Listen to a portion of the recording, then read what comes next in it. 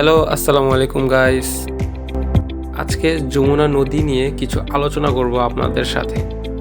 তো চলুন শোনা যাক।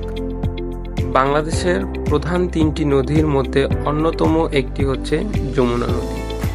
এই নদীটি ব্রহ্মপুত্র নদীর প্রধান শাখা। যমুনা নদীর পূর্ব নাম জোনাই। 1787 সালে ভূমিকম্পে যমুনা নদী সৃষ্টি হয়, যাতে রাজশাহী অঞ্চল ও ঢাকা অঞ্চল আলাদা হয়।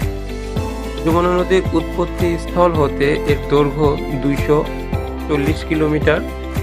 যমুনা নদীর সর্বাধিক প্রস্থ 12,000 মিটার, যা আরিচাতে অবস্থিত। যমুনা নদীর প্রধান উপনদীগুলোর নাম হচ্ছে তিস্তা, ধরলা, করতোয়া, আত্রাই, সুবর্ণশ্রী। যমুনা নদী যেসব অঞ্চলসমূহের সাথে মিশে আছে, রাজশাহী বিভাগ, ময়মনসিংহ বিভাগ, ঢাকা বিভাগের সাথে।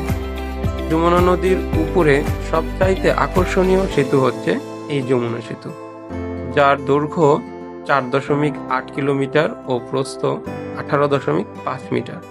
প্রতিদিন অসংখ্য মানুষ যমুনা সেতু দিয়ে ভ্রমণ করে ও যমুনা নদীতে বেড়াতে যায়। অনেক মানুষ যমুনা নদীর বিশালত্ব দেখে অনেক অনেক অবাক হয়ে যায়। সো আজ এই পর্যন্তই। টাটা, বাই বাই, আল্লাহ হাফেজ।